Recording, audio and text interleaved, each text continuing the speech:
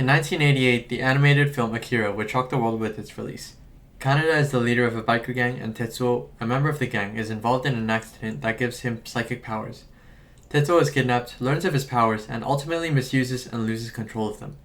The film's unorthodox stylistic choices during the context of production has made it one of the most impactful films in media history. The film's authorship and style also challenge the conventions of anime. While the film is quite clearly made in the anime style, it lets go of some techniques that reduce realism. While Kaneda got an iconic outfit in most shots, the film relies on facial structure, gesture, and voice to differentiate the characters. This is in stark contrast to most modern animation worldwide, which through the use of silhouette, hair shape, and color, can allow audiences to easily recognize the character even at a glance. The lighting is also unique, being one of the aspects giving the film its defining look. The city is lit by an abundance of neon lights, a staple of the cyberpunk genre. However, it's precisely these lights that give this world life.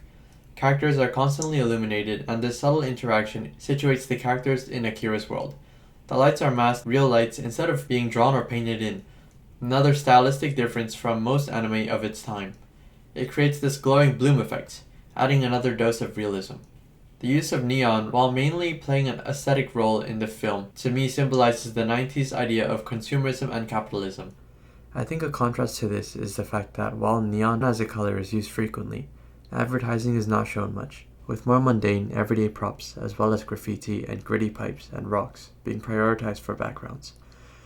While the world exists within a cyberpunk genre, the world we see is more focused on the individuals on screen, their rough lives as well as their disinterest in the corporate side of cyberpunk.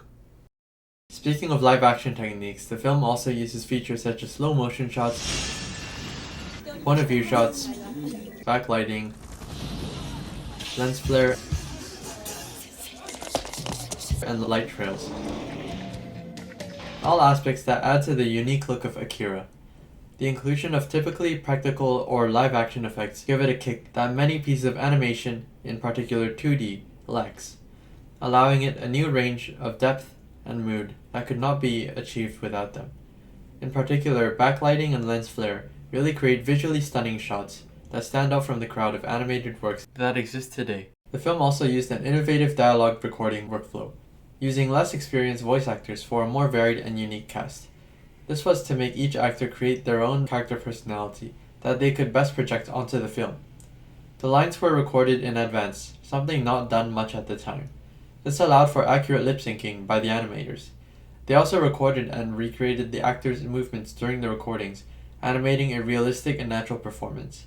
Technology such as the quick shoulder recorder was used to play back and check the voiceover, and lip sync to ensure a perfect match, further making the voiceover and animation more synchronous. While diegetic audio used in the creation of Akira adds to the viewer immersion into the world, what sets the audio design apart from other anime is the non-diegetic audio.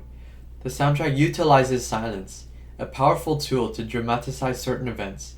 This can be seen in the beginning, silence used to accompany the initial blast.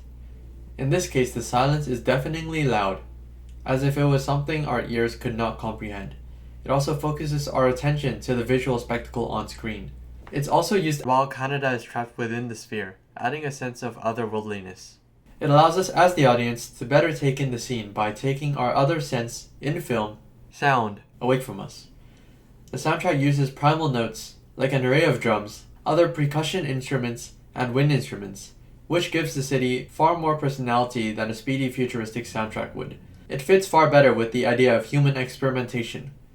While the world's technology has advanced in large strides, it's still fundamentally human biology, nature's power, that ends up destroying Neo-Tokyo. In particular, I love the use of organ and human voice at the end when the city is being destroyed. The sense of scale and grandiose power was clearly conveyed. I find it incredibly similar to Hans Zimmer's work in Interstellar, and love the way they both convey a sense of awe and wonder.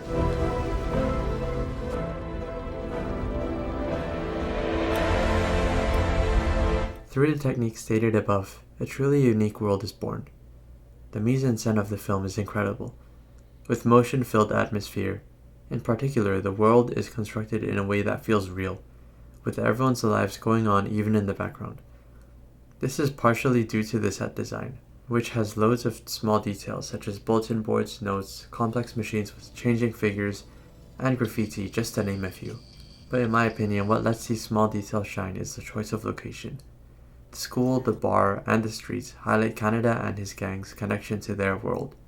People in these places know them well and have genuine bonds, be it love or hate. It's not just another backdrop for them to travel through, but is actually a place where they know and belong. Lines such as,